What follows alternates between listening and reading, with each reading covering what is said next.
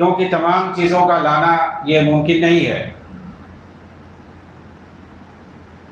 میں نے آپ کے سامنے جو آیت کریمہ پڑھی ہے اس کے اندر اللہ تعالیٰ نے فرمایا ہے کہ یہ ایک مبارک کتاب ہے، کتاب انزلناہ الیک مبارک، آپ کی طرف جو کتاب میں نے اتاری ہے یہ ایک مبارک کتاب ہے، برکت والی کتاب ہے،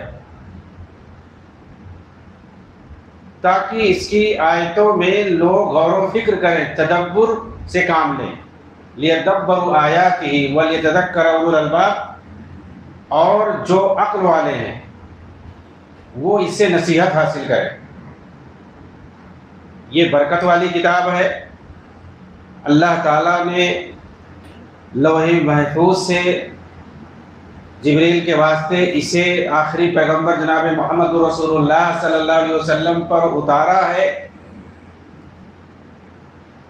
اس سے نصیحت حاصل کی جائے، عبرت حاصل کی جائے، تاکہ ہم اس پر عمل کریں اور اس کے اندر غور و فکر کریں۔ ساری چیزیں اس آیت کے اندر اللہ تعالیٰ نے بیان کی ہیں۔ یہ قرآن پاک جو لوح محفوظ سے یک بارگی دنیاوی آسمان پر اتار دیا گیا ہے، اور پھر وہاں سے بحکم الہی جبریل علیہ السلام کے واسطے سے جستہ جستہ حسب ضرورت 23 سالوں میں نبی پاک صلی اللہ علیہ وسلم پر اتارا گیا ہے۔ آپ دیکھیں گے قرآن پاک کے اندر اس کے لیے کہیں کہیں انزلہ کا صیغہ آیا ہے، جسے شہر رمضان الذی انزل فیہ القرآن، بابرکت رمضان کا مہینہ جس کے اندر اللہ تعالیٰ نے قرآن پاک کو اتارا ہے۔ تو یہاں پر انزلہ کا صیغہ ہے۔ تو انزلہ کا مطلب ہوتا ہے کسی چیز کو اٹھا کر کے کہیں پر رکھ دینا، اوپر سے نیچے کی طرف۔ اگر ہم اس کو اٹھا کر کے یہاں سے اوپر ہے نیچے رکھ دو، اس کو انزلہ کہیں گے، انزلتہ۔ تو رمضان کے مہینے میں اللہ تعالیٰ نے قرآن کو اتارا ہے لوح محفوظ سے۔ کہاں اتارا ہے؟ دنیاوی آسمان پہ۔ انا انزلناہ فی لیلۃ مبارکہ انا کنا منزلین، ہم نے اس قرآن کو ایک مبارک رات میں اتارا ہے، ایک مبارک رات میں۔ سورہ احقاف کے اندر ہے فی لیلۃ مبارکہ، وہ مبارک رات کون سی ہے؟ انا انزلناہ فی لیلۃ القدر، ہم نے اس قرآن کو قدر والی رات کے اندر اتارا۔ وہ مبارک رات وہی قدر والی رات ہے جس کو ہم لیلۃ القدر کہتے ہیں، شب قدر کہتے ہیں۔ اسی کو ایک جگہ مبارک رات کہا گیا ہے سورہ احقاف کے اندر، اور سورہ قدر کے اندر اما 12 میں اس کو شب قدر کہا گیا ہے، قدر والی رات کہا گیا ہے، جس کی فضیلت اس میں بتائی گئی ہے۔ اس سے مبارک رات کی، اس قدر و منزلت والی رات کی سورہ قدر میں اس کا مقام بتایا گیا ہے، اس کی فضیلت بتائی گئی ہے۔ لیلۃ القدر خیر من الف شہر، کہ یہ جو قدر والی رات ہے، یہ جو مبارک رات ہے، یہ 1000 مہینوں کی عبادت سے بہتر ہے۔ لیلۃ القدر خیر من الف شہر، 1000 مہینوں کی عبادت سے۔ 1000 مہینہ 86 سال سے زیادہ بنتا ہے۔ اتنا اگر کوئی عبادت کرتا ہے، 86 سال مشکل سے کوئی جیتا ہے، اتنی عمر مشکل سے کوئی پاتا ہے۔ اس سے پہلے ہی عام طور سے زیادہ تر لوگ دنیا سے چلے جاتے ہیں۔ اللہ کے نبی صلی اللہ علیہ وسلم نے ایسا فرمایا ہے، ان اعمار امتی ما بین 60 و 70، میری امت کی جو عمر ہے یہ 60 سے 70 کے بیچ میں ہے۔ وَأَقَلُّهُم مَّن يَجُوزُ ذَلِكَ، کم ہی لوگ اس سے آگے بڑھیں گے۔ یہ پیشین گوئی پہلے سے ہے کہ اکثر لوگ 60 سے 70 کے بیچ میں جائیں گے. نبی صلی اللہ علیہ وسلم 63 سال کی عمر، ابو بکر رضی اللہ عنہ، حضرت عمر رضی اللہ عنہ، حضرت علی رضی اللہ عنہ، یہ سب جو ہے 63-65 سال کے اندر وفات پائیں. حضرت عثمان رضی اللہ عنہ کی عمر 80 سال پلس تھی. آپ دیکھیں گے اس حدیث کو جس نے روایت کیا ہے، غالباً وہ ابو قلابہ ان کا نام ہے، وہ خود کہتے ہیں کہ میری عمر تو 90 سے تجاوز کر گئی ہے، لیکن میں ان لوگوں میں سے ہوں جن کے بارے میں اللہ کے رسول نے کہا ہے کہ کم ہی لوگ ہوں گے جو اس عمر سے آگے بڑھیں گے، تو میں انہی قلیل میں آتا ہوں، ورنہ اکثر لوگ 60 سے 70 کے بیچ میں چلے جاتے ہیں. تو ایک رات کی عبادت اگر کوئی پا جائے تو وہ 86 سال سے زیادہ کا گویا وہ جو ہے اجر و ثواب پا گیا. تو یہ مبارک رات کیسے ہے، اس کا یہ مقام و مرتبہ کیسے ہوا کہ ایک رات کی عبادت کا ثواب اگر کوئی پا لے تو وہ گویا 1000 مہینوں کی عبادت کا ثواب پا لیا. یہ اسی قرآن کے اترنے کی وجہ سے، اسی بابرکت قرآن کے نازل ہونے کی وجہ سے، جسے ہم پڑھتے ہیں، تلاوت کرتے ہیں اور اجر و ثواب لیتے ہیں، ایک حرف پر 10 نیکی. اللہ کے رسول نے فرمایا کہ اس کے ایک حرف پر 10 نیکی ملتی ہے. من قرأ حرفا من کتاب اللہ فلہ بها 10 حسنات، 10 نیکی ملتی ہے. اللہ کے رسول نے فرمایا کہ الف لام میم یہ ایک حرف نہیں ہے، یہ 3 حرف ہے. چنانچہ جب کوئی الف لام میم کہتا ہے تو اس کو 30 نیکی ملتی ہے. لا اقول الف لام میم حرف بل الف حرف لام حرف میم حرف. اللہ کے رسول نے اسے کاٹ کاٹ کے کہا کہ میں یہ نہیں کہتا کہ الف لام میم ایک حرف ہے، بلکہ یہ 3 حرف ہے. جب کوئی بندہ الف لام میم پڑھتا ہے تو اسے 30 نیکی مل جاتی ہے. اب آپ اندازہ کریں کہ قرآن کوئی پڑھے گا، کوئی حروف کو تھوڑی گنتا ہے. 1 گھنٹہ بیٹھ جائے، آدھا گھنٹہ بیٹھ جائے، وہ کتنے حروف پڑھ جاتا ہے. تو حروف کے حساب سے اس میں ثواب ملتا ہے، اجر ملتا ہے. تو کتنی بابرکت کتاب ہے. کوئی کتاب ایسی نہیں ہے کہ جس کے حرف پر ثواب ملتا ہو. لیکن ہم کتنے غافل ہیں، کتنے ایسے ہیں یا ہوتے ہیں کہ رمضان کا انتظار کرتے ہیں کہ قرآن کی تلاوت کریں گے. لیکن یہ صرف رمضان کے لیے خاص نہیں ہے. یہ اجر و ثواب جو تلاوت کا ہے، ایک حرف پر 10 نیکی ملتی ہے، یہ صرف رمضان کے لیے نہیں، یہ ہمیشہ کے لیے ہے. یہ جو قرآن، جو مبارک قرآن ہے جس کے پڑھنے پر اجر و ثواب ملتا ہے، ایک ایک حرف پر 10 نیکی، یہ رمضان کے ساتھ خاص نہیں ہے. کبھی بھی آپ پڑھیں گے تو آپ کو ایک حرف پر 10 نیکی ملے گی. البتہ یہ قرآن اس رات میں نازل ہوا ہے جسے ہم لیلۃ القدر کہتے ہیں، مبارک رات کہتے ہیں. اس وجہ سے وہ رات مبارک ہو گئی اور اس کی عظمت بڑھ گئی. اور یہاں تک اس کی عظمت بڑھ گئی کہ اللہ تعالیٰ نے قرآن میں ذکر کیا کہ 86 برس تک اگر کوئی عبادت کرے تو اس کا ثواب آپ کو مل جائے گا ایک ہی رات کی عبادت میں. اتنا زیادہ ثواب مل جائے. اسی لیے اللہ کے نبی صلی اللہ علیہ وسلم نے فرمایا ہے کہ میری امت جو ہے یہ گرچہ سب سے بعد میں آئی ہے، آخر الامم، یہ آخری امت ہے. امت محمدیہ جو ہے یہ آخری امت ہے، لیکن قیامت کے دن جو ہے جنت میں سب سے پہلے جائے گی، کیونکہ اس کا جو اجر و ثواب ہوگا یہ سب سے زیادہ ہوگا. اب آپ اندازہ لگائیں کہ پہلے جو امتی ہوتے تھے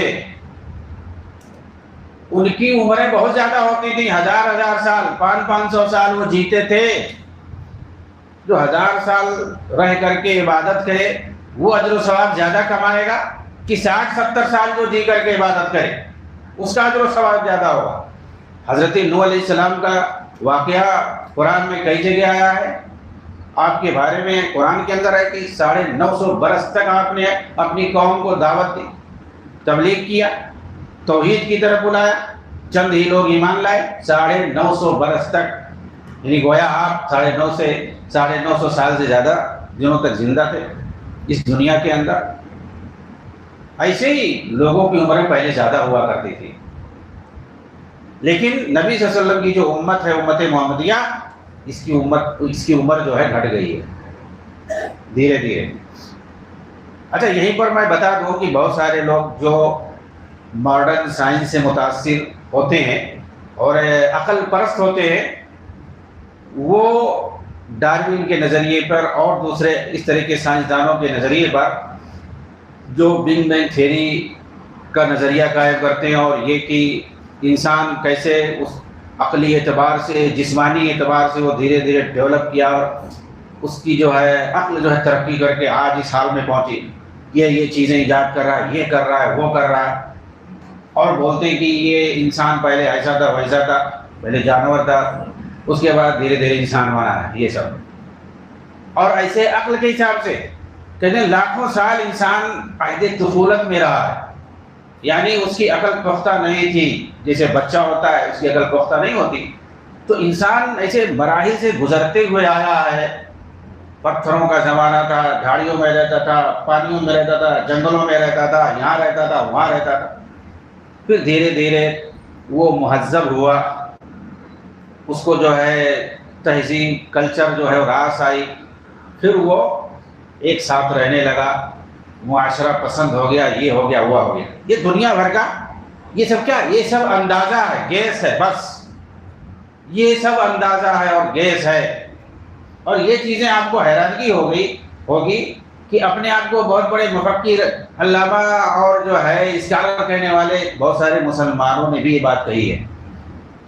اخوانیوں کے یہاں سید قطب بہت معروف مانے جاتے ہیں، انہوں نے اپنی کتاب فی ظلال القرآن، اس کی بہت سارے لوگ تعریف کہتے ہیں، گمراہی کی کتاب ہے وہ، اس میں اس طرح کی بات انہوں نے ذکر کی ہے کہ لاکھوں سال انسان جو عہد طفولت میں تھا، یعنی اس کی عقل بچے جیسی تھی، لاکھوں سال وہ کچھ زیادہ سمجھتا نہیں تھا، جیسے حیوان ہوتا ہے، جانور ہوتا ہے، اسی طرح سے وہ گزر بسر کرتا تھا، اسے زیادہ سوجھ بوجھ نہیں تھی، دھیرے دھیرے جو ہے اس کی عقل پختہ ہوئی ہے۔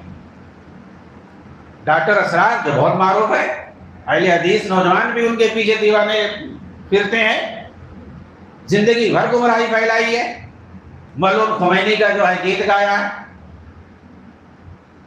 وہ ان کا بھی یہی نظریہ ہے، نظریہ ارتقاء جسے کہتے ہیں، ریولیشن تھیوری، وہ اس کو جو ہے باقاعدہ ٹنکے کی چوٹ پر کہتے تھے اور پھیلاتے تھے۔ یہودی ڈارون کے نظریے کے وقائل تھے، فلسفیانہ انداز میں بیان کرتے تھے، مانتے تھے اس کو، جو کہ کفریہ اور گمراہی کا عقیدہ ہے۔ وحدت الوجود کہ سب کچھ اللہ ہے، نعوذ باللہ، کوئی تمیز نہیں انسان میں اور خالق اور معبود میں، عابد اور معبود میں، خالق اور مخلوق میں کوئی فرق نہیں ہے، یہ بھی نظریہ وہ پھیلاتے تھے ڈنکے کے چوٹ پر، اور کہتے ہیں رجوع کر لیا تھا، یہ ہو گیا تھا، وہ ہو گیا تھا، سب جھوٹ ہے۔ تو نوجوان جو اہل حدیث ہیں، تاکہ ایسی گمراہیوں سے محفوظ رہیں، ایسے لوگوں سے جو اسلام کے نام پر جو پھیلا رہے، ایک آدمی کافر ہے تو وہ تو بالکل واضح ہے، لیکن ایک مسلمان جو داعی کی حیثیت ہے، عالم کی حیثیت ہے، اسلام کے نام پر، دین کے نام پر، توحید کے نام پر جب پھیلائے گا تو ہم جو ہے بھٹک جائیں گے، گمراہ ہو جائے گے، یہ سوچ کر کے کہ یہ بتا رہا ہے تو اچھا ہی بتا رہا ہوگا، جبکہ وہ گمراہی پھیلا رہا۔ تو یہ نظریہ صحیح نہیں ہے، بلکہ انسان کامل شکل میں پیدا ہوا ہے۔ اللہ تعالیٰ نے جو پہلا انسان پیدا کیا حضرت آدم علیہ السلام، وہ کامل عقل، پختہ عقل کے ساتھ پیدا کیا ہے، ایسا نہیں کیا بھائی پہلا انسان حضرت آدم علیہ السلام ہے، انہی کی نسل جو ہے پھیلی ہے، اسی لیے ہم بنی نوع آدم کہتے ہیں، آدم کی اولاد کہتے ہیں۔ یہ سائنسدانوں کا گیس ہو، یہ سب جھوٹا واقعہ ہے، یہ سب فراڈ ہے۔ بہت سارے جو سوجھ بوجھ والے سائنسدان ہیں وہ بھی یہ سارے نظریہ کا انکار کرتے ہیں، ریولیشن تھیوری کا، کہ دھیرے دھیرے انسان نے ترقی کیا، ایسا ویسا، عقلی اعتبار سے، جسمانی اعتبار سے، یہ سب جھوٹ ہے۔ حقائق اور واقعات اور جو آسمانی کتابیں ہیں، قرآن پاک، یہ سب اس ساری چیزوں کو جھٹلا رہے ہیں، ایسا صحیح نہیں ہے۔ آپ دیکھیں قرآن کریم کے اندر چاہے حضرت نوح علیہ السلام کا واقعہ ہو، حضرت آدم علیہ السلام کا واقعہ ہو، حابیل اور قابیل کا واقعہ ہو، حضرت ابراہیم علیہ السلام کا واقعہ ہو، یہ سب جو ہے بہت ساری پرانے واقعات ہیں، تاریخی اعتبار سے بھی پرانے واقعات ہیں، لیکن آپ دیکھیں گے اس وقت جو ہے بڑے طاقت کے مالک تھے وہ لوگ، اور سوجھ بوجھ والے تھے، اور سب سے بڑی بات انبیاء جو ہے سب سے کامل شکل میں ہوتے ہیں، جسمانی اعتبار سے بھی، عقل کے اعتبار سے بھی، ان کو ہم یہ نہیں کہہ سکتے ہیں۔ اور یہ جو تاریخ ہے، معلوم تاریخ جسے کہتے ہیں، یہ 5000 سال سے زیادہ ہے ہی نہیں، کوئی نہیں جانتا ہے 5000 سال سے۔ 5000 سال سے پہلے غیر مہذب بتایا جاتا ہے کہ 5000 سال سے پہلے کوئی جانتا ہی نہیں ہے، ان نون تاریخ ہے۔ اس سے پہلے صرف گیس ہے، اندازہ ہے۔ جو معلوم تاریخ ہے 5000 سال تک کسی طرح سے تھوڑا بہت، وہ بھی خدائی ودائی کے ذریعے سے، لیکن 5000 سال سے پہلے آپ جاؤ گے سب جو ہے گیس سے، کہ یہ جو ہے پتھر کا زمانہ تھا، یہ زمانہ تھا، یہ جنگل کا زمانہ تھا، یہ ایسا تھا، وہ ایسا تھا۔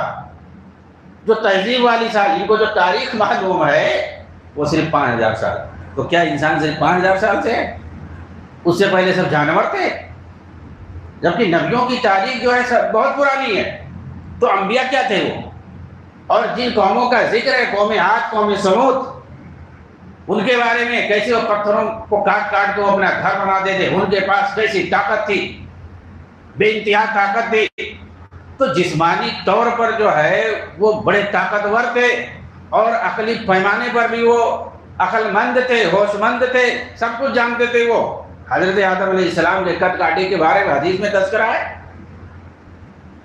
ان کی جو ہے طوالت، لمبائی اور جسم سب کچھ ہے، بھاری بھرکم، اس سے بھی اندازہ ہوتا ہے۔ 60 گز کے بارے میں آتا ہے، اس کی لمبائی، یہ ساری چیزیں۔ تو اس سے پتہ چلتا ہے کہ پہلے انسان کیا تھا، جسمانی اعتبار سے بھی ہٹا کٹھا اور موٹا تازہ اور طاقتور ہوتا تھا، آج کے انسانوں کے مقابلے میں، اور عقل کے اعتبار سے بھی وہ زیادہ سمجھدار اور سوجھ بوجھ والے تھے۔ ایسا نہیں ہے، تو وہ تو سب جھٹلا رہا ہے، قرآن تو جھٹلا رہا ہے ان کے سارے واقعات کو۔ اور سائنس کے حساب سے پہلے انسان جو ہے بچوں کی طرح سے، جانور کی طرح سے تھا، وہ پانی میں جیسے جانور ہوتے ہیں، جنگل میں جیسے جانور ہوتے ہیں، پہاڑوں میں جیسے جانور ہوتے ہیں، ویسا انسان تھا۔ یہ سب جھوٹ ہے، یہ سب جھوٹ ہے۔ قرآن کے حساب سے اور جو سچی تاریخ ہے اس کے حساب سے اگر آپ دیکھیں گے تو انسان پہلے اور زیادہ طاقتور تھا آج کے حساب سے۔ انسان دھیرے دھیرے کمزور ہوتا جا رہا، جسمانی اعتبار سے بھی اور عقلی اعتبار سے بھی وہ کمزور ہوتا جا رہا ہے دھیرے دھیرے۔ پہلے جو ہے زیادہ پختگی پائی جاتی تھی، اور جسمانی اعتبار سے بھی زیادہ طاقتور پہلے ہوا کرتے تھے، آج جو دھیرے دھیرے کمزور ہو رہے۔ سائنس کے حساب سے تو دھیرے دھیرے اور زیادہ طاقتور ہونا چاہیے، قد کاٹی اور بڑا ہونا چاہیے تھا پہلے کے مقابلے میں، لیکن ایسا نہیں ہے۔ یہ سب جھوٹ ہے، فراڈ ہے۔ قرآن جو ہے وہ سچائی کی کتاب ہے، تو عقل مند جو ہیں اس قرآن سے نصیحت حاصل کرتے ہیں۔ اس قرآن کے اندر اللہ رب العالمین نے دیکھیے چیلنج کیا ہے سارے انسانوں کو چیلنج کیا ہے کہ ایک یہ معجزہ ہے، اور معجزہ کا مطلب ہوتا ہے کہ اس کی طرح سے کوئی انسان پیش نہیں کر سکتا ہے۔ تو یہ امت محمدیہ کے لیے خاص ہے۔ پہلے کے امتیوں کے لیے معجزے ہوتے تھے انبیاء کے ساتھ، لیکن وہ نبی کی وفات کے ساتھ ختم ہو جاتا تھا۔ معجزہ ہر ایک کے ساتھ ہوتا تھا۔ حضرت موسیٰ کے پاس معجزے تھے، عیسیٰ علیہ السلام کے پاس معجزے تھے، ہر ایک کے پاس معجزہ ہوتا تھا، لیکن وہ ختم ہو جاتا تھا۔ یہ امت محمدیہ کے پاس جو معجزہ ہے، یہ قرآن خود ایک معجزہ ہے، یہ چیلنج ہے۔ معجزہ کا مطلب ہوتا ہے چیلنج، کہ اس طرح سے کوئی پیش نہ کر سکے، اس طرح کا کام کوئی نہ کر سکے۔ تو اس کا چیلنج یہ ہے قرآن کا کہ جو یہ اپنے لفظ کے اعتبار سے، اپنے ترکیب کے اعتبار سے، سیگوں کی اپنی بناوٹ کے اعتبار سے، اپنے سینٹنس، اپنے جملوں کے اعتبار سے، یہ کلام یعنی جو اللہ کا یہ کلام ہے قرآن کی شکل میں، یہ معجزہ ہے، اس طرح کوئی انسان پیش نہیں کر سکتا ہے۔ نبی کے زمانے میں اس وقت عرب جو اپنے آپ کو بڑے فصیح اور بلیغ سمجھتے تھے، اور دوسرے لوگوں کو اسی لیے وہ عجم کہتے تھے، گونگا کہتے تھے، کہ ہم ہی اصل بولنے والے، بولنے کی جو طاقت ہے کلام کی جو طاقت ہے وہ ہمارے پاس ہے. ہم جو معافی ضمیر جس طریقے سے جس ڈھنگ سے ادا کر لے جاتے ہیں اس طرح دنیا میں کوئی قوم ادا نہیں کر پاتی ہے. تو اللہ تعالیٰ نے انہیں کلام کے اندر معجزہ بنا کر کے قرآن کو پیش کیا اور چیلنج کیا کہ تم بہت فخر کرتے ہو اپنی زبان پر، تو اس طریقے سے لا کر کے کوئی ایک صورت پیش کرو، اس طریقے سے کوئی ایک آیت ہی پیش کر دو. لیکن وہ قادر نہیں ہو سکے، اس طرح پیش نہیں کر سکے. اور یہ معجزہ اور یہ چیلنج جو ہے یہ صرف اور صرف نبی کے زمانے میں نہیں تھا، یہ قیامت تک کے لیے، یہ قیامت تک کے لیے. وَإِنْ كَانُوا بَعْضُهُمْ لِبَعْضٍ ظَهِيرًا، انسان اور جنات سب مل کر کے اگر آ جائیں ایک دوسرے کی مدد کریں تو بھی قرآن کی طرح سے کوئی پیش نہیں کر سکتا ہے، اس طرح سے کوئی بنا نہیں سکتا. کچھ لوگوں نے کوشش کیا ہے لیکن وہ کامیاب نہیں ہو سکے، نہیں کامیاب ہو سکے. اور اس چیلنج کو آج تک کوئی قبول نہیں کیا. اس کی ایک خصوصیت یہ ہے کہ اس قرآن کو جس طریقے سے یاد کیا جاتا ہے، سینے میں محفوظ کیا جاتا ہے، جتنے لوگ اس کو یاد کرتے ہیں، کوئی کتاب ایسی نہیں ہے دینی کتاب جسے اس طرح یاد کیا جاتا ہو. جتنا قرآن کو پڑھا جاتا ہے، اس کو یاد کیا جاتا ہے، اسی لیے اس کی صفت جو قرآن ہے یہ سب سے معروف ہے. بہت سارے نام سے قرآن کو یاد کیا گیا ہے. فرقان ہے، اسی طریقے سے تنزیل ہے، اسی طریقے سے کتاب ہے، اور مسمہ کے ساتھ یہ نام ہے کہ جو جیسا مانا ویسا اس کا کام ہے. چنانچہ یہ قرآن جو ہے سب سے زیادہ پڑھی جاتی ہے. ابھی دیکھیے بہت کم ہی مسلمان ہوں گے جو نہیں پڑھتے ہوں گے، ورنہ 90% لوگ رمضان میں کم سے کم پڑھتے ہیں. اور کتنا زیادہ پڑھا جاتا ہے، کتنے لوگ یاد کرتے ہیں، چھوٹے بڑے سب اس کو سینے میں محفوظ کرتے ہیں. اور ڈیلی اس کی جو ہے تلاوت کی جاتی ہے پوری دنیا میں. اربوں مسلمان ہیں، کم سے کم جو ہے 2.5 ارب مسلمان ہیں. تو آپ سمجھ لیں کتنا زیادہ، صرف مسلمان ہیں، دوسرے لوگ بھی پڑھتے ہیں قرآن کو. سب سے زیادہ، حالانکہ عیسائی دنیا میں سب سے زیادہ ہیں، لیکن قرآن جتنا پڑھا جاتا ہے اتنا بائبل نہیں پڑھی جاتی ہے، اتنا انجیل کو نہیں پڑھا جاتا. انجیل کو زبانی نہیں یاد کرتے ہیں لوگ، قرآن کو زبانی یاد کرتے ہیں. تو یہ جو ہے اس کی خصوصیت ہے قرآن کریم کی. قرآن کریم میں سورہ فاتحہ ہے سب سے پہلے. کہتے ہیں اس کے بارے میں جو صحیح بات ہے کہ مکہ میں بھی نازل ہوئی ہے اور یہ مدینہ میں بھی نازل ہوئی ہے. اس کو دعا کے نام سے بھی یاد کیا جاتا ہے. فاتحہ تو اس لیے کہتے ہیں کیونکہ قرآن میں سب سے پہلے قرآن کی افتتاح جو ہے سورہ فاتحہ سے ہوتی ہے، اسی لیے اس کا نام فاتحہ. یعنی کہ کوئی کام آدمی کو شروع کرنا ہوا تو سورہ فاتحہ جا کر، ایسا کہیں ثبوت نہیں ملتا ہے. لیکن جو بدعتی لوگ ہیں جن کو کچھ پتہ نہیں ہے قرآن کا اصل مقصد کیا ہے نازل ہونے کا، انہوں نے یہی مقصد بنا رکھا ہے کہ اس کو جو ہے کچھ آیتیں لکھ کر کے گلے میں ٹانگ لیا جائے، اور جو ہے کہیں دیوار پہ اس کو ٹانگ دیا جائے، اور کہیں کوئی گھر جو ہے بنا لیا ہے، کوئی کچھ کر لیا ہے، کوئی کچھ، تو قرآن کا جو ہے جا کر کے اس کو پڑھ دیا جائے، سورہ فاتحہ پڑھ دیا جائے، سورہ فاتحہ پڑھ کر کے کھانا کھا لیا جائے. یہی سمجھ رکھا ہے. سورہ فاتحہ اس لیے نہیں ہے، قرآن کے شروع میں ہے اسی لیے اس کو فاتحہ کہتے ہیں.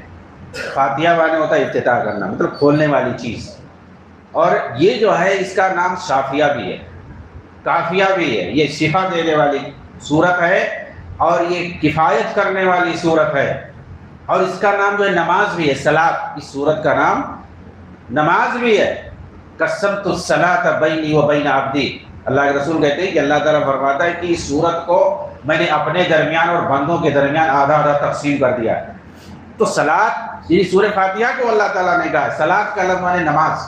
تو نماز کے نام سے، کیونکہ یہ نماز میں پڑھی جاتی ہے، سورت نماز میں پڑھی جاتی ہے، اور اس طرح پڑھی جاتی ہے کہ اس کے بغیر نماز ہوگی ہی نہیں اگر کوئی پڑھے نہ اس سورت کو. تو بہت سارے لوگ تعویلیں کریں گے، بھاگیں گے، ایسا ویسا کہ اگر نہ پڑھیں تو مطلب ہو جائے گی لیکن ناقص ہوگی، کم رہے گا نماز، یعنی کم ثواب ملے گا لیکن نماز ہو جائے گی.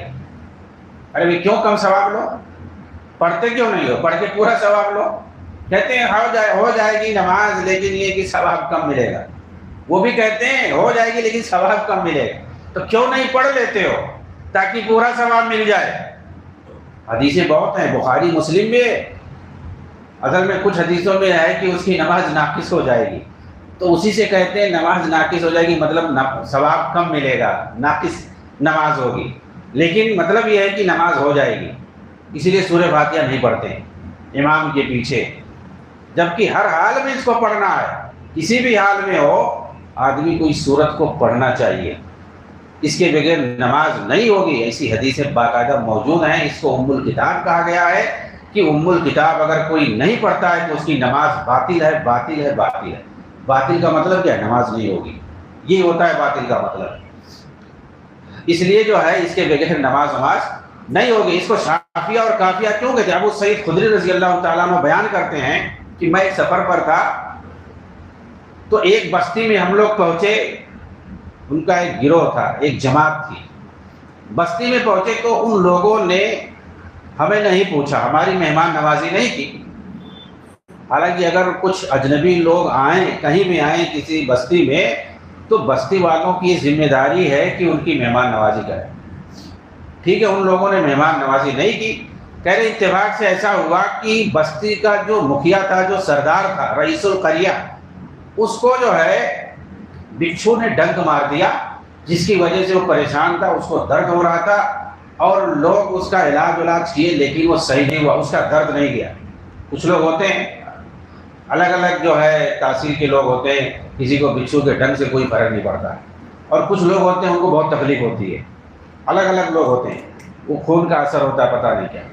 تو بہرحال اس کا درد ختم نہیں ہو رہا تھا، تو کسی نے بتایا کہ بستی کے باہر ایک جماعت ہے، کہیں سے آئی ہوئی ہے، کچھ اجنبی لوگ ہیں، ان سے چل کے پوچھتے ہیں، ہو سکتا ہے ان کے پاس کوئی علاج ہو، باہر سے آئے ہیں۔ تو آئے وہاں پر، تو کہا کہ ہمارے جو بستی کے سردار ہیں ان کو بچھو نے ڈنک مار دیا ہے اور وہ تکلیف کی حالت میں ہے، اگر کوئی آپ کے اندر ایسا ہو، ماہر جانتا ہو علاج کرنا، تو آ کر کے کر دے۔ تو ابو سعید خدری رضی اللہ تعالیٰ عنہ کہتے ہیں کہ ہاں میں جانتا ہوں، اس کا علاج میں جانتا ہوں، لیکن میں فری میں علاج نہیں کروں گا کیونکہ تم لوگوں نے مہمان نوازی نہیں کی ہے۔ تو کہا کیا لوگے؟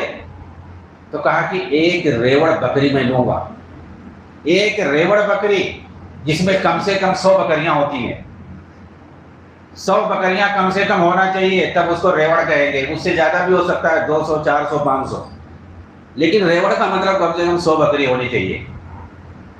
تو اس آدمی نے جا کے بولا، تو کہا ہاں بلا لو بلا لو، ایک ریوڑ کا 2 ریوڑ دے دیں گے اس کو، ہاں میں اگر صحیح ہو جاؤں تو کہا کہ ہم گئے وہاں پر، اور میں نے اس کو کیا کیا، سورہ فاتحہ پڑھی، سورہ فاتحہ پڑھ کر کے میں نے دم کر دیا، اور اس کے بعد فوراً اس کا درد ختم ہو گیا۔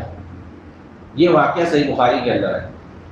سورہ فاتحہ پڑھ کر کے میں نے دم کیا، اس کا درد جو ہے بالکل ختم ہو گیا۔ اب جو اس نے وعدہ کیا تھا وعدہ پورا کیا، ریوڑ بکری لے کر کے لوگ مدینہ آئے۔ اللہ کے رسول صلی اللہ علیہ وسلم کو خبر ہوئی تو اللہ کے رسول صلی اللہ علیہ وسلم نے ان لوگوں کی تعریف فرمائی اور کہا کہ تم کو جو ہے یہ علاج کیسے پتہ چلا؟ واقعی جو ہے سورہ فاتحہ کے اندر شفا ہے، تم کو پتہ کیسے چلا؟ تو کہا اللہ کے رسول صلی اللہ علیہ وسلم ہم نے آپ ہی سے سیکھا ہے۔ کہیں اللہ کے رسول نے پڑھا ہوا کہیں پر تو ان کو پتہ چلا۔ تو سورہ فاتحہ کے اندر شفا ہے، بلکہ پورے قرآن کے اندر شفا ہے۔ فی شفاء للناس، یہ جو کہا گیا ہے یہ قرآن کو کہا گیا ہے کہ قرآن کے اندر پوری انسانیت کے لیے شفا ہے، یہ تو قرآن کے لیے ہے۔ اور سورہ فاتحہ جو ام الکتاب ہے، یعنی قرآن کا یہ جو ہے جان ہے، قرآن کی جان ہے، ام الکتاب کا مطلب یہی ہوتا ہے۔ تو سورہ فاتحہ تو قرآن کا خلاصہ ہے، قرآن کی جان ہے، قرآن کے اندر جو چیزیں بیان کی گئی ہیں اللہ کے اسماء اور صفات کے بارے میں، عبادات کے بارے میں، اور واقعات کے بارے میں، آخرت کے بارے میں، تقریباً وہ ساری چیزیں آپ کو سورہ فاتحہ میں مل جائیں گی۔ یعنی قرآن میں جو تقریباً 3 چیزیں پورے قرآن میں بیان کی گئی ہیں، اخبارات کے تعلق سے خبریں ہیں، اقوام کی ملتوں کی خبریں، ماضی اور مستقبل کے بارے میں، احکامات ہیں قرآن کے اندر، اور اسی طریقے سے توحید۔ تو یہ ساری چیزیں آپ کو سورہ فاتحہ میں مل جائیں گی۔ تو اسی لیے سورہ فاتحہ جو ہے قرآن کا ایک طرح سے خلاصہ ہے۔ اس کے بارے میں پڑھنا ہو تفصیل سے تو ابوالکلام آزاد رحمہ اللہ کی جو کتاب ہے ام الکتاب انہوں نے لکھی ہے، سورہ فاتحہ پر لکھی ہے، اتنی موٹی کتاب تقریباً 250-300 صفحے میں ام الکتاب کے نام سے سورہ فاتحہ پر لکھی ہے، اس کے اندر انہوں نے ساری چیزیں بیان کی ہیں۔ تو اللہ کے رسول نے فرمایا کہ یہ جو بکریاں تم لوگ لے کیا اس میں میرا بھی حصہ لگانا، یعنی گویا آپ نے پوری تائید فرمائی ان لوگوں کی۔ تو سورہ فاتحہ اس کے اندر کیا ہے؟ شفا ہے۔ اللہ رب العالمین نے فرمایا کہ سورہ فاتحہ کو میں نے 2 حصوں میں تقسیم کر دیا، یعنی شروع میں انسان جو ہے جب الحمدللہ رب العالمین پڑھتا ہے، الرحمن الرحیم مالک یوم الدین، تو اللہ تعالیٰ فرماتا ہے کہ بندہ جو ہے میری تعریف کرتا ہے، میری حمد بیان کرتا ہے، میری تعریف کرتا ہے، اور جب کہتا ہے ایاک نعبد و ایاک نستعین، تو بندہ جو ہے میری عبادت کرتا ہے، یعنی مجھ سے مانگتا ہے۔ بندہ اقرار کرتا ہے کہ اللہ میں صرف تیری عبادت کرتا ہوں، اللہ میں صرف تجھی سے مانگتا ہوں۔ اب بتائیے کہ ایک انسان آتا ہے مسجد میں اور اقرار کرتا ہے، اللہ سے وعدہ کرتا ہے نماز کے اندر کہ اللہ میں صرف تیرے سامنے جھکتا ہوں، میں صرف تجھی سے فریاد کرتا ہوں، صرف تجھی سے مانگتا ہوں اور کہیں نہیں، اور مسجد سے نکلتا ہے تو کہیں مزار دیکھ لیا تو وہاں سر ٹیک دیا، کہیں خانقاہ اور درگاہ دیکھ لیا تو وہاں جو ہے طواف کرنے لگا، نظر و نیاز کرنے لگا، وہاں ذبیحہ کرنے لگا، فاتحہ کرنے لگا، دنیا بھر کی چیزیں۔ یہ سب عبادات ہیں۔ عبادات چھوٹی ہو یا بڑی ہو، کوئی بھی عبادت ہو وہ صرف اللہ کے لیے ہے۔ آپ مسجد میں گھر میں اللہ تعالیٰ کے آ کر کے وعدہ کرتے ہو کہ اللہ ہم فریاد صرف تجھی سے مانگتے ہیں، فریاد صرف تجھی سے کرتے ہیں، مصیبت میں صرف تجھی کو ہم پکارتے ہیں اور کسی کو نہیں پکارتے۔ لیکن کتنے مسلمان ہیں معمولی ٹھوکر لگ جائے قدم میں تو یا علی یا حسین یا عبد القادر یا فلان یا ڈھمکان کہنا شروع کر دیتے ہیں۔ معمولی مصیبت میں، معمولی تکلیف میں ان کو اللہ نہیں یاد آتا، اللہ کو فریاد نہیں کرتے ہیں، اللہ کو نہیں پکارتے ہیں، غیر اللہ کو پکارنا شروع کر دیتے ہیں۔ تو بڑی مصیبت میں وہ کیا کریں گے؟ اور جب پریشانی سے نکلتے ہیں، مصیبت سے نکلتے ہیں، تو سب نظر و نیاز مان لیتے ہیں کہ فلاں جگہ جاؤں گا تو قربانی کروں گا، ذبیحہ کروں گا، بکرا چڑھاؤں گا، مرغا چڑھاؤں گا، چادر چڑھاؤں گا، یہ کروں گا وہ کروں گا۔ کہاں؟ غیر اللہ کے نام پہ۔ ہونا کیا چاہیے؟ اللہ کے لیے ہونا چاہیے۔ کوئی بھی نظر و نیاز، کوئی بھی چیز اجر اور ثواب کے لیے اگر آپ کوئی کام کر رہے ہیں، دان پن صدقہ خیرات، کوئی بھی چیز وہ اللہ کے لیے ہونا چاہیے، خالص اللہ کے لیے ہونا چاہیے۔ ذبیحہ ہے، قربانی ہے، کوئی بھی چیز ہو وہ صرف اللہ کے لیے ہونا چاہیے۔ لیکن کتنے مسلمان ہیں جو غیر اللہ کے لیے سارا کام کرتے ہیں، یعنی توحید سے کتنا بھٹکے ہوئے ہیں۔ مسجد میں اللہ کے گھر میں آ کر کے وعدہ کرتے ہیں، لیکن باہر جا کر کے ہم مکر جاتے ہیں، یہ اللہ کو دھوکہ دینا ہوا۔ کوئی انسان آپ جاؤ کسی کے پاس، اسے وعدہ کرو 1 بار 2 بار، اور جا کر کے باہر دوسرا کام کرو گے، اس کو پتہ چلا تو کیا کرے گا؟ بھگا دے گا اپنے گھر سے، اپنے دکان سے بھگا دے گا کہ میرے پاس مت آنا تم آئندہ، دھوکے باز ہو تم۔ اللہ تعالیٰ کتنا بڑا رحمان ہے، رحیم ہے کہ ہم کتنا اس کو دھوکہ دیتے ہیں۔ اللہ تعالیٰ سب کچھ دیکھتا ہے، سب کچھ جانتا ہے، لیکن پھر بھی اللہ تعالیٰ معاف کرتا ہے، غفور الرحیم ہے، رحمان ہے۔ اسی لیے اس کی سب سے پہلی صفت جو ہے الرحمن الرحیم، رب العالمین صفت ہے، الحمدللہ رب العالمین۔ تو رب العالمین اس کی صفت ہے، الرحمن الرحیم اس کی صفت ہے۔ سب سے زیادہ نمایاں جو صفت ہے وہ وہی دکھایا گیا سورہ فاتحہ کے اندر۔ یہ سب تعریف کر کے انسان کہ تو قیامت کے دن کا، حساب کتاب والے دن کا تو مالک ہے، ہم صرف تجھ سے مانگتے ہیں، صرف تیری عبادت کے۔ پھر اس کے بعد بندہ اپنا مسئلہ رکھتا ہے بیچ میں، کیا رکھتا ہے؟ اہدنا الصراط المستقیم۔ مانگا بھی انسان نے تو اللہ تعالیٰ سے کیا مانگا؟ ہدایت، کہ اللہ تعالیٰ تو مجھے صحیح راستے کی ہدایت دے، بھٹکنے نہ پاؤں۔ بہت باریک نقطہ ہے یہاں پر کہ ہم کتنا زیادہ ڈیلی نمازوں کے اندر کیا چیز مانگتے ہیں؟ اللہ تعالیٰ تو مجھے صراط مستقیم پر قائم رکھ، اس سے میں بھٹکوں نہ، اسی پر میں قائم رہوں، یہی دعا ہم مانگتے ہیں۔ کتنا مانگتے ہیں؟ ہم گنگ بے شمار، جب جب نماز پڑھتے ہیں ہر رکعت میں یہ دعا مانگتے ہیں اہدنا الصراط المستقیم. اور یہی جو ہے سورہ فاتحہ کا اصل خلاصہ ہے، مدعا. کیونکہ اس سے پہلے جو آیتیں اس میں ہم اللہ کی تعریف کرتے ہیں، ہم اپنی عاجزی اور انکساری بتاتے ہیں کہ ہم بندے ہیں اللہ تعالیٰ تیرے، ہم تیری عبادت کرتے ہیں، تجھی سے مانگتے، ہم کہیں نہیں جاتے. اے اللہ تو مجھے صحیح راستے پر قائم رکھ. یہ ایک دعا کرتا ہے بس ان لوگوں کا راستہ جن پر تیرا خاص انعام ہوا ہے، ان لوگوں کا نہیں جو بھٹک گئے، گمراہ ہو گئے اور جن پر تیرا غضب ہوا. صرف سیدھے راستے پہ، یہ سیدھا راستہ ہے کیا؟ انشاءاللہ صراط مستقیم اور سیدھا راستہ کیا ہے جس کی ہم دعا ہمیشہ مانگتے ہیں، اس سے ہم بھٹکنے نہ پائیں، اس صحیح راستے سے، اس صحیح طریقے اور منہج سے. اس پر انشاءاللہ جو ہے اگلے درس میں ہم بتائیں گے، تفصیل سے وقت نہیں ہے. اور یہ بہت اہم نقطہ ہے کیونکہ ہمیشہ ہم جو ہے اس کی دعا کرتے اور کتنے بھٹکتے ہیں. ایاک نعبد و ایاک نستعین میں کچھ لوگ بھٹک رہے، اہدنا الصراط المستقیم میں کچھ لوگ بھٹک رہے، اکثریت بھٹک رہی ہے. مگر صحیح راستے پر کون ہے؟ ایاک نعبد و ایاک نستعین کے اندر اور اہدنا الصراط المستقیم کے اندر. یہ 2-3 آیتیں بہت اہم ہیں. ان تینوں پر کھرا کون اترتا ہے، وہ کون سی جماعت ہے، وہ کون سے افراد ہیں، وہ کون سے خوش نصیب بنتے ہیں اللہ تعالیٰ کے جو ایاک نعبد و ایاک نستعین پر پورا اترتے ہیں، اہدنا الصراط المستقیم پر پورا اترتے ہیں. یہ ہمیں صحیح سے سمجھنے کی ضرورت ہے اور اس کو غور سے سمجھنے کی ضرورت ہے. یہیں سے گمراہی پیدا ہوتی ہے، یہیں سے کفر اور شرک کے سیلاب آتے ہیں، یہیں سے انسانیت بھٹکتی ہے. انشاءاللہ اگلے درس میں اس پر تفصیل سے گفتگو آئے گی. اسی پر اپنی بات ختم کرتا ہوں. اگر کسی کے پاس کچھ سوال ہو 10-5 منٹ میں انشاءاللہ ہم اس کو ختم کریں گے. شیخ یہ اذان کے وقت میں ہم جواب دیتے ہیں، اسی وقت میں 2-4 اذان اور ہو جاتے ہیں ساتھ ہی، تو جواب کس طرح سے دیا ہے؟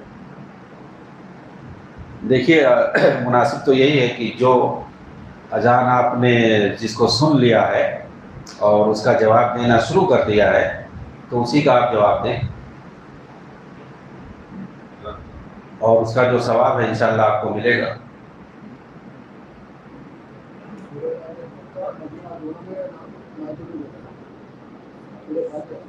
ہاں، سورہ فاتحہ کے بارے میں جو بتایا کہ مکہ اور مدینہ دونوں جگہ نازل ہوئی ہے، تو اس کے بارے میں اصل میں اختلاف ہے کہ کچھ لوگ کہتے ہیں مکہ میں نازل ہوئی یعنی مکی صورت ہے، اور کچھ لوگ کہتے ہیں مدنی صورت ہے.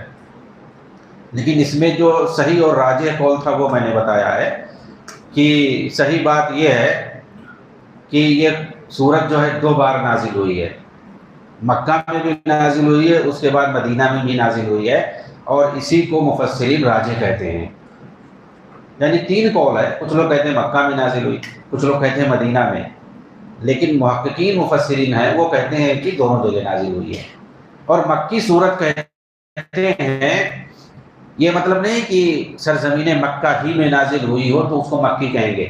اس کی ایک حد ہے، یعنی ہجرت سے پہلے، ہجرت جو اللہ کے رسول نے مکہ سے مدینہ کی ہے تو ہجرت سے پہلے جو صورتیں نازل ہوئی ہیں ان سب کو مکی صورت کہیں گے، چاہے وہ مدینہ ہی میں نازل ہوا. مکہ میں نازل ہونا ضروری نہیں ہے، مکہ سے باہر بھی کہیں اللہ کے رسول سفر پہ رہے ہوں، جسے تبوک میں یا اور کہیں آپ گئے، طائف گئے، دوسرے کہیں شہر میں گئے دعوت تبلیغ کے لیے مکی زندگی میں، اور وہاں وہ آیت نازل ہوئی. تو جیسے وادی نخلا میں سورہ احقاف کی آیتیں نازل ہوئی ہیں، تو وادی نخلا جو ہے مکہ سے ہٹ کر کے ہے تو وہ بھی مکی صورت ہے سورہ احقاف. تو ہجرت سے پہلے جتنی صورتیں نازل ہوئی ہیں ان کو مکی صورت کہتے ہیں، اور ہجرت کے بعد جو صورتیں نازل ہوئی ہیں ان کو مدنی صورت کہتے ہیں، چاہے وہ مکہ ہی میں کیوں نہ نازل ہوئی ہو. جیسے کہ سورہ توبہ کی ایک آیت ہے، سورہ مائدہ کی 3 آیت ہے، حرمت علیکم امہاتکم، اسی میں ایک ٹکڑا ہے الیوم اکملت لکم دینکم واتممت علیکم نعمتی ورضیت لکم الاسلام دینا. یہ آیت کا ٹکڑا جو ہے نبی صلی اللہ علیہ وسلم کی آخری عمر میں 10 ہجرہ میں حجۃ الوداع کے موقع پہ میدان عرفہ میں نازل ہوئی ہے، اور میدان عرفہ کا مکہ میں. حالانکہ یہ مدنی صورت ہے، سورہ مائدہ مدنی صورت ہے، جس کو مدنی صورت کہتے ہیں، حالانکہ وہ مکہ میں نازل ہوئی آیت۔ تو کیوں مدنی کہتے ہیں؟ کیونکہ ہجرت کے بعد نازل ہوئی۔ تو مکی اور مدنی کی جو تحدید ہے وہ ہجرت ہے۔ ہجرت سے پہلے جو صورتیں نازل ہوئی ہیں، کہیں بھی نازل ہوئی ہوں، ان کو مکی صورت کہیں گے، اور ہجرت کے بعد جو صورتیں نازل ہوئی ہیں ان کو ہم مدنی صورت کہیں گے، وہ چاہے مکہ میں نازل ہوئی ہو اتحاد سے۔ کتنے کلومیٹر پہ قصر کرنا چاہیے؟ نماز قصر کرنے کا جو تعلق ہے اس کے لیے حدیث میں کوئی ایسی بات نہیں آئی ہے تحدید جس سے مسافت کا پتہ چلتا ہو کہ اتنا کلومیٹر یا اتنا میل ہونا چاہیے۔ لوگوں نے اپنے اندازے سے کہا ہے، مختلف باتیں کہی ہیں، جس سے پتہ چلتا ہے کہ کلومیٹر کا اگر حساب لگائیں تو 70 سے 80 کلومیٹر شہر سے دور اگر ہو تو وہ قصر کرے، اور کچھ لوگ جو ہے 50 اور 40 کی بات کہتے ہیں۔ لیکن صحیح بات اس میں یہ ہے، کیونکہ حدیثوں میں کوئی مسافت کی تحدید نہیں ہے، صرف مسافر کی بات ہے کہ حالت سفر میں ہو، مسافر ہو تو وہ قصر کرے، اس کے علاوہ اور کچھ نہیں ہے کہ اتنا فرسخ دور ہو، جو کہ بعض فقہا ذکر کرتے ہیں فقہ کی کتابوں میں اور تشریحات میں لوگوں نے جو نقل کیا ہے، تو فرسخ اور میل اور کیا کیا ذکر کیا ہے۔ لیکن حقیقت یہ ہے کہ حدیثوں میں کہیں نہ نبی صلی اللہ علیہ وسلم کی زبانی اور نہ ہی صحابہ کی زبانی کہیں جو ہے مسافت کی تحدید نہیں آئی ہوئی ہے۔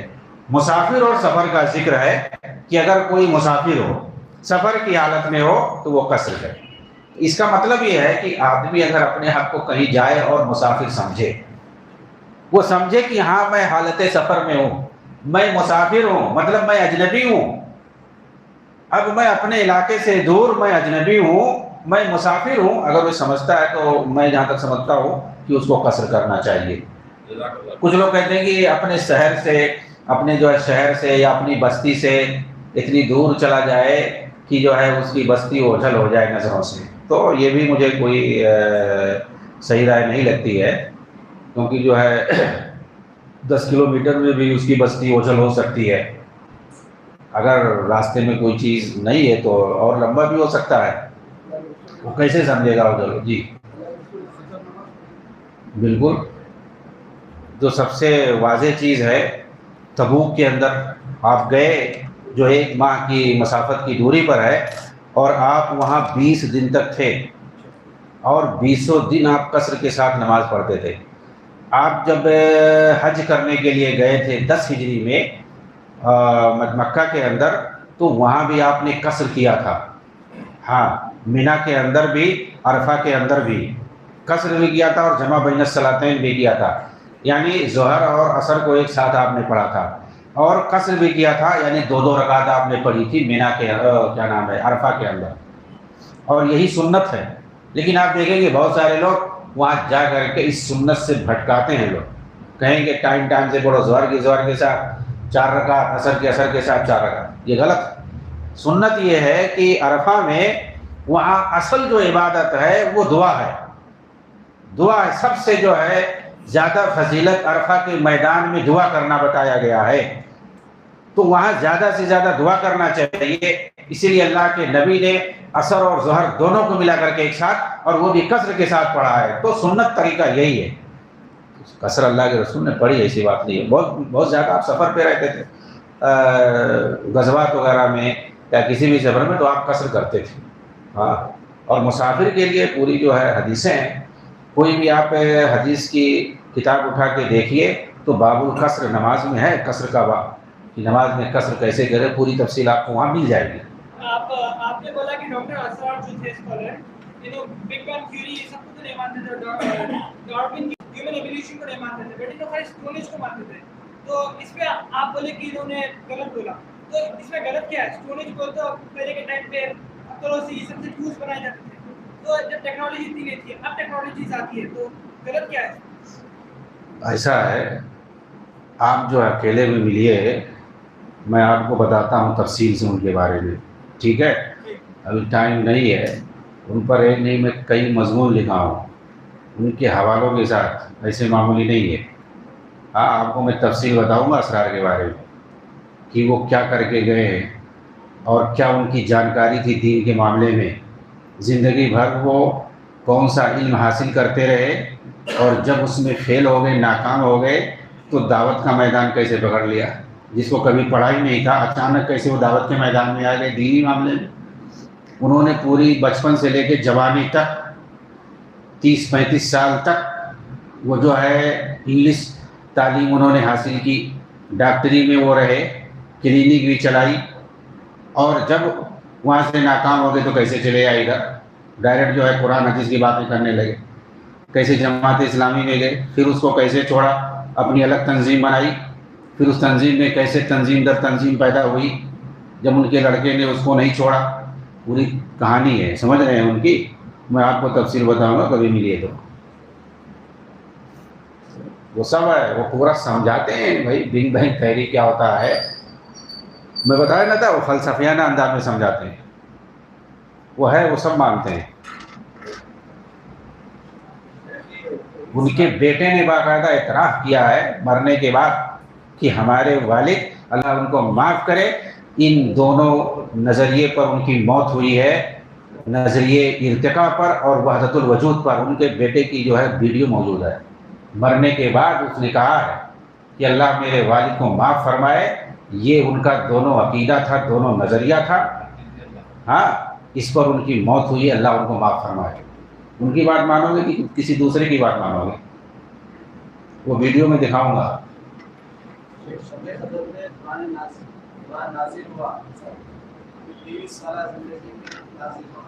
ہاں وہ بات رہ گئی ہے. میں آپ سے درخواست کرتا ہوں کہ اس کو اگلے دن آپ سوال کیجئے گا، تھوڑا 2 منٹ میں اس میں بولوں گا انشاءاللہ. ٹھیک ہے، یا محفوظ رکھیے سوال.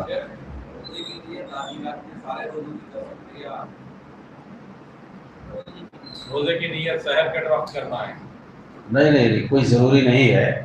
آپ جو ہے پہلے دن آج ہی سے نیت کر لیں وہ مان لیا جائے گا، پورے اس مہینے کا کر لیں. اور آدمی سحری کھاتا ہے کس لیے کھاتا ہے؟ نیت ہی ہوتی ہے اس کی.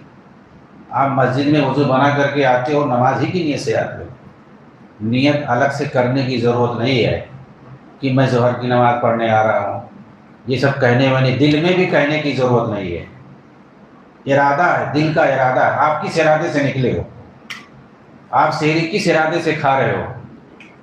4 بجے جو ہے کوئی ناشتہ تو نہیں کرے گا نا، اس کو روزہ رکھنا ہے، اسی لیے وہ سحری کھا رہا ہے. تو آپ دل میں آپ نے سوچ لیا، بس وہی جو ہے نیت ہے. آپ نے سوچ لیا، کہنے کی بھی ضرورت نہیں ہے. آپ اٹھے ہو تو آپ یہی سوچ کے تو اٹھے ہو کہ میں سحری کھا رہا ہوں روزہ رکھنے کے لیے. تو آپ کا سوچنا جو ہے یہی ارادہ ہے، یہی نیت ہے. بس یہ ہے کہ مطلب یوں ہی بغیر ارادے کے کوئی کام آدمی کرتا ہے، بغیر نیت کے کچھ پتہ نہیں ہے کیا کر رہا ہے، تو وہ غلط ہے. نیت ضروری ہے، ارادہ ضروری ہے. آپ کو معلوم ہو کہ میں کس لیے مسجد میں آ رہا ہوں، آپ کو معلوم ہو کہ میں سحری کس لیے کھا رہا ہوں. بس یہ ہے.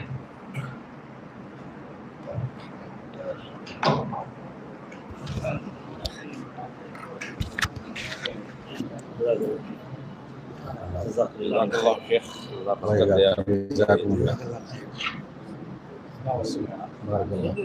کا 85 گرام سونا ہے، چاندی اگر سے